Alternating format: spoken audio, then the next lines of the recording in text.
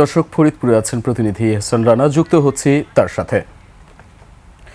রানা, শেষ মুহূর্তে নির্বাচনী প্রচার প্রচারণা কেমন দেখছেন? এছাড়া আগামীকাল তারেক রহমানের আগমনকে ঘিরে কেমন প্রস্তুতি লক্ষ্য করছেন আপনি?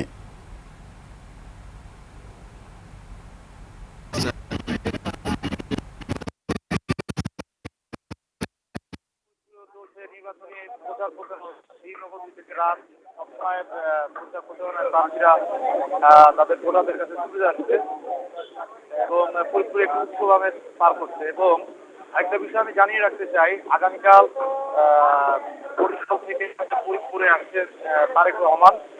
আমি এখন অবস্থান করছি ফরিদপুরের রামগঞ্জ কলেজ, যেখানে বিএনপির আগামীকালের তারেক রহমানের সমাবেশটি অনুষ্ঠিত হবে।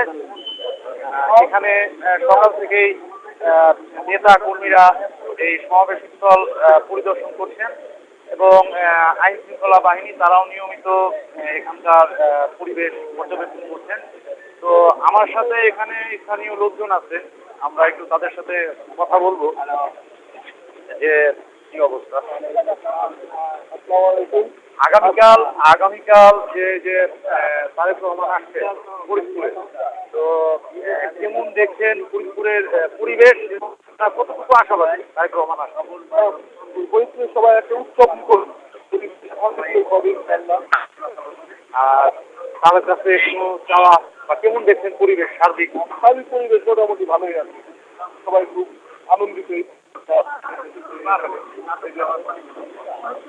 আর আমি আরেকজনের সাথে কথা বলতে, কেমন দেখছেন পরিবেশ, কেমন দেখছেন নির্বাচন এবং তারেক রহমান আসছে, কেমন দেখছেন? তারেক রহমান আসছে নির্বাচন প্রচারণার জন্য ফরিদপুর বিভাগীয় আলোচনা সাপেক্ষে ফরিদপুরবাসী আনন্দিত, উল্লাসিত। আচ্ছা, আমি আমি আমি জি, ধন্যবাদ রানা আপনাকে।